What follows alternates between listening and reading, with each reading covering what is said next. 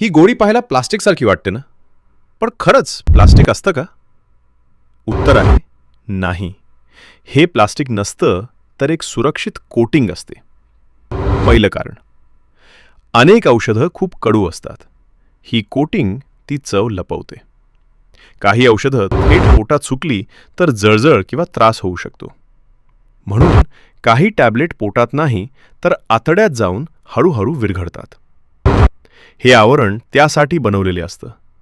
Gelatin किंवा वनस्पतीजन्य घटकांपासून ते शरीरासाठी पूर्णपणे सुरक्षित असतात.